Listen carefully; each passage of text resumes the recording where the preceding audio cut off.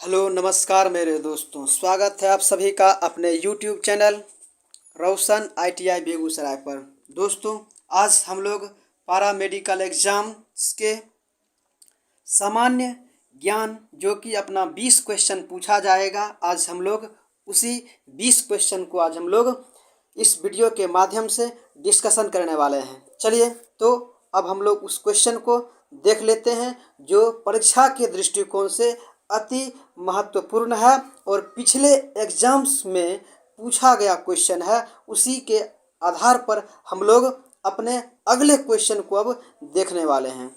चलिए, हमारे सामने में यहाँ पर आप क्वेश्चन को अभी आप यहाँ पर देख रहे होंगे। क्वेश्चन कहता है कि बताइए 1857 के विद्रोह के दमन के बाद कब 1857 के विद्रोह के दमन के बाद मुगल शासक बहादुर शाह को कहाँ निर्वासित कर दिया गया, मतलब कहाँ उनको भेज दिया गया। तो इसका आंसर क्या हो जाता है अपना। अभी आप इसका निश्चित रूप से आप इस क्वेश्चन को पढ़ लिए होंगे और आप इस ऑप्शन को अब आप देख रहे हैं। तो देखिए, इसका आंसर क्या हो जाता है, रंगून भेज दिया गया। कहाँ भेज दिया गया था, रंगून भेज दिया गया था। तो इसका आंसर क्या हो जाता है, ऑप्शन नंबर डी सही होगा। चलिए अगले क्वेश्चन को देखिए। अगला क्वेश्चन अपना कहता है कि भारत आने वाला पहला पुर्तगाली व्यापारी कौन था। तो कौन था, वास्को डी गामा। कौन था, वास्को डी गामा। और वह कब आया था, 1498 में आया था। कब आया था, 1498 में आया था। आप इसको याद रख सकते हैं इस तरीका से।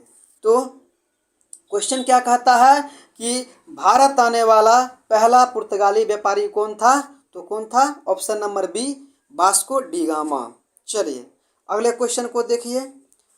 अगला क्वेश्चन कहता है कि भारत में मनसबदारी प्रथा किसने शुरू किया था। ठीक है, भारत में मनसबदारी प्रथा किसने शुरू किया। तो इसका आंसर क्या हो जाता है, अकबर ने शुरू किया था। ठीक है, मनसबदारी प्रथा एक कर का ही एक विधान होता है। तो इसका आंसर क्या हो जाता है, ऑप्शन नंबर सी सही होगा। इसका आंसर क्या हो जाता है, ऑप्शन नंबर सी। ठीक है, चलिए अगले क्वेश्चन को देखिए। अगला क्वेश्चन अपना कहता है कि वर्नाक्यूलर प्रेस एक्ट किसने लागू किया था। तो किसने लागू किया था, लॉर्ड रिपन ने लागू किया था। ऑप्शन नंबर बी सही होगा। चलिए अगले क्वेश्चन को देखिए। अगला क्वेश्चन अपना कहता है कि सत्यार्थ प्रकाश किनकी कृति है। तो इसका आंसर क्या हो जाता है, स्वामी दयानंद सरस्वती ने सत्यार्थ प्रकाश की रचना किया था, उन्हीं की यह कृति है। तो इसका आंसर क्या हो जाता है, ऑप्शन नंबर ए सही होगा। चलिए अगला क्वेश्चन देखिए। अगला अपना कहता है कि लाल बाल पाल किन्हें कहा जाता है। कौन सी क्वेश्चन है, लाल बाल पाल किन्हें कहा जाता है।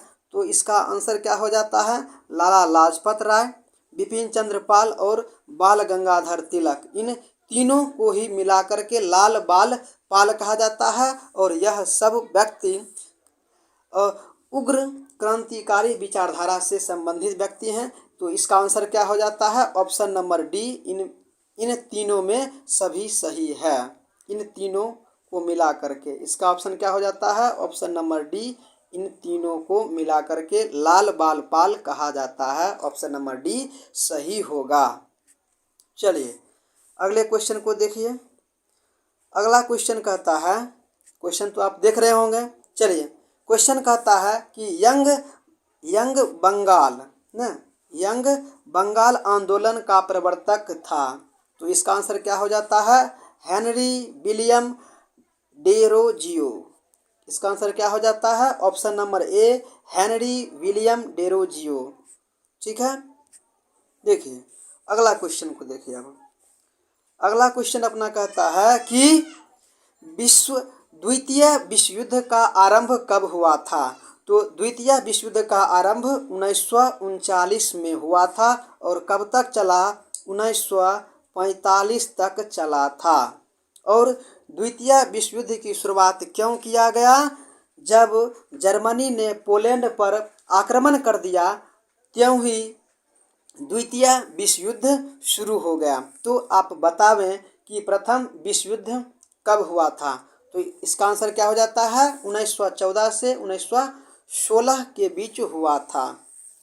तो आप इसको इस तरह से याद रख सकते हैं। और द्वितीय विश्व युद्ध प्रारंभ कब हुआ था? 1939 में। तो इसका आंसर क्या हो जाता है? ऑप्शन नंबर ए सही होगा। ठीक है, अगले क्वेश्चन को देखिए।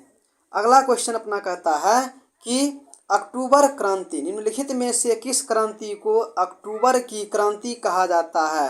तो इसका आंसर क्या हो जाता है? रूसी क्रांति। आंसर क्या हो जाएगा? रूसी क्रांति। ऑप्शन नंबर बी सही होगा। चलिए अगला क्वेश्चन को देखिए।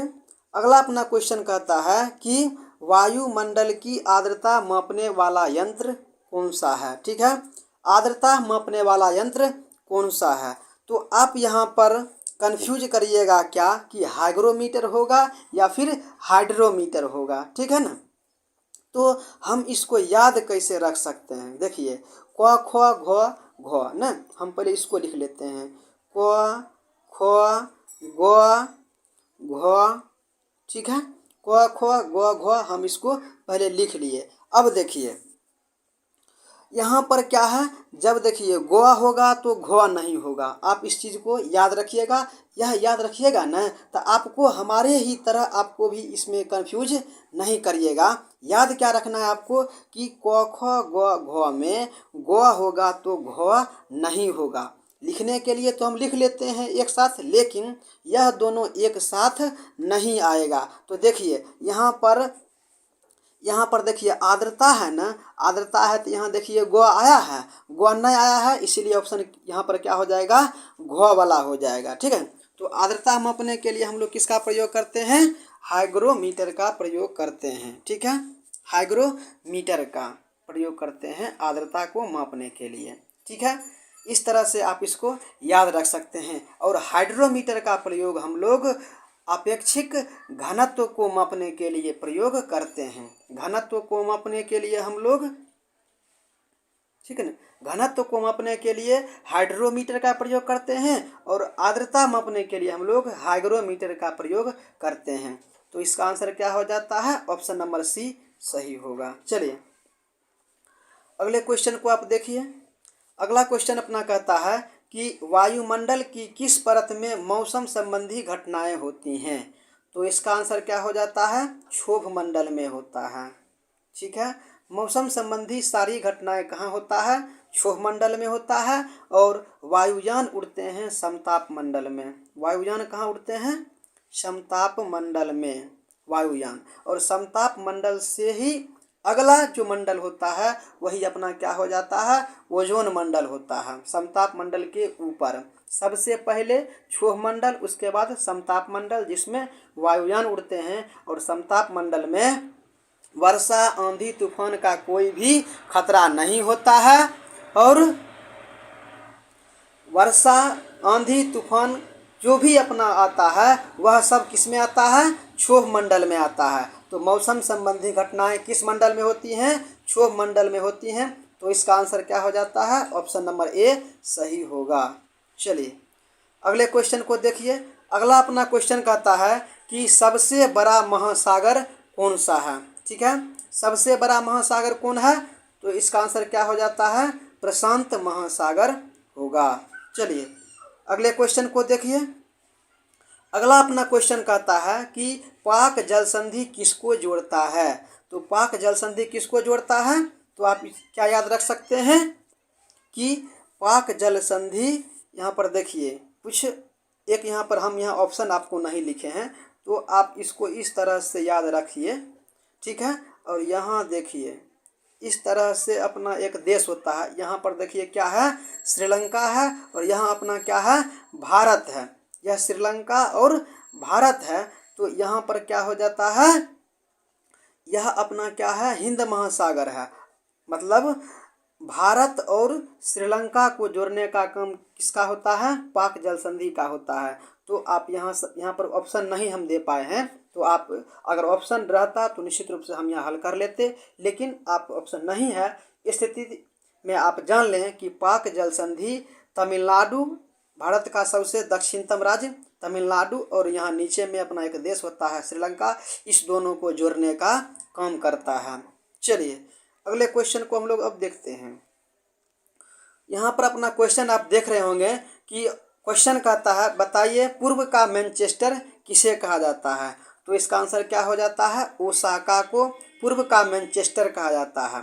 मैनचेस्टर का मतलब होता है सूती वस्त्रों की राजधानी, या फिर अत्यधिक सूती वस्त्र जहाँ पर उगाया जाता है उसी को हम लोग मैनचेस्टर कहते हैं। और मैनचेस्टर यह इंग्लैंड का एक शहर है। किसका शहर है, इंग्लैंड का यह एक शहर होता है, और वहीं पर अत्यधिक कपड़ा का उत्पादन होने के कारण उसको मैनचेस्टर कहा जाता है। इसीलिए आप वहाँ से आप समझ सकते हैं कि मैनचेस्टर क्या होता है, और पूर्व का मैनचेस्टर किसे कहा जाता है, ओसाका को कहा जाता है। और इंडिया का जो मैनचेस्टर है वह अपना सूरत शहर को कहा जाता है। ठीक है, चलिए अगला क्वेश्चन को आप देखिए। अगला अपना क्वेश्चन कहता है कि विश्व में चाय का सर्वाधिक उत्पादक देश कौन सा है। ठीक है, यह देखिए आंकड़ा बदलते रहता है, लेकिन इसका आंसर अपना क्या हो जाता है, चीन। आप अगर आपके सामने में इस तरीके से अगर कोई सवाल पूछा जाता है सर्वाधिक उत्पादक देश में, तो आप आंख मूंद करके अगर नहीं आता है तो आप चीन मार दीजिए। निश्चित रूप से मतलब आप कहिए तो 90% होगा कि चांस रहेगा कि आपका आंसर सही हो जाए। ठीक है, अगर नहीं आता है तो तुक्का लगाना है तो आप चीन मार कर निकल जाइए, 90% चांस रहेगा कि आपका आंसर सही हो जाए। यहाँ पर इसका आंसर क्या हो जाता है, चीन सही इसका आंसर हो जाता है। देखिए चाय का उत्पादन अपने इंडिया में भी होता है, लेकिन चाय का उत्पादन होने से ही नहीं होता है, हम इसका बहुत ज़्यादा कंजप्शन भी खुद ही कर जाते हैं।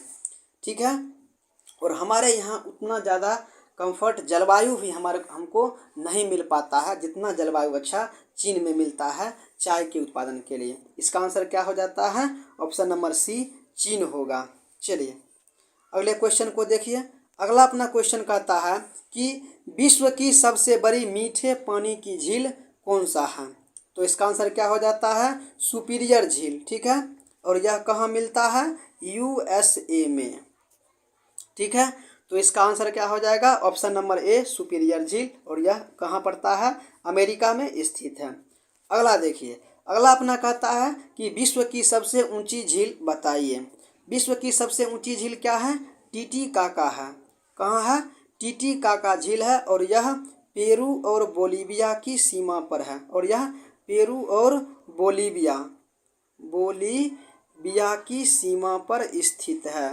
पेरू और बोलीविया यह दोनों दक्षिण अमेरिकी देश होते हैं, और यह इंडियन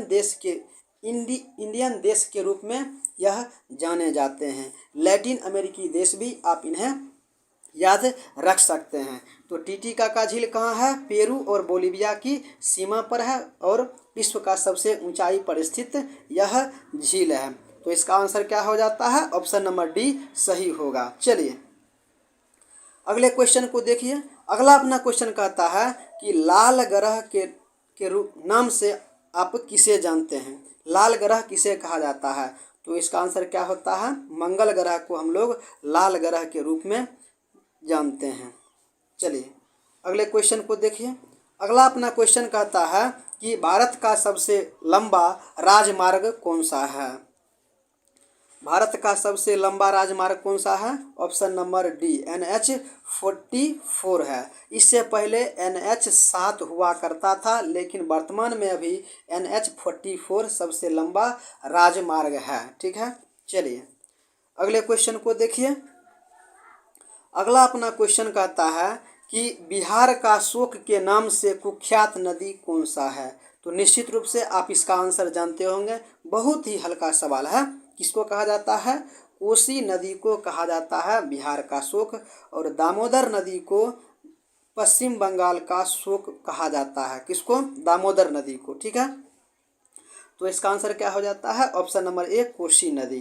तो दोस्तों बस आज यही रहे कुछ महत्वपूर्ण क्वेश्चन, जो कि सामान्य ज्ञान 20 क्वेश्चन अपना होता है, महत्वपूर्ण क्वेश्चन जो कि पिछले एग्जाम से संबंधित क्वेश्चन हैं। और निश्चित रूप से आपको यह क्वेश्चन हमारा अच्छा लगा होगा और पसंद भी आया होगा, और इसी तरह के क्वेश्चन परीक्षा में भी आपसे पूछे जाएंगे। तो आप निश्चित रूप से आप इसको तैयारी कर लें, और परीक्षा में अगर आपके सामने क्वेश्चन आता है तो आप निश्चित रूप से आप इसको हल करेंगे।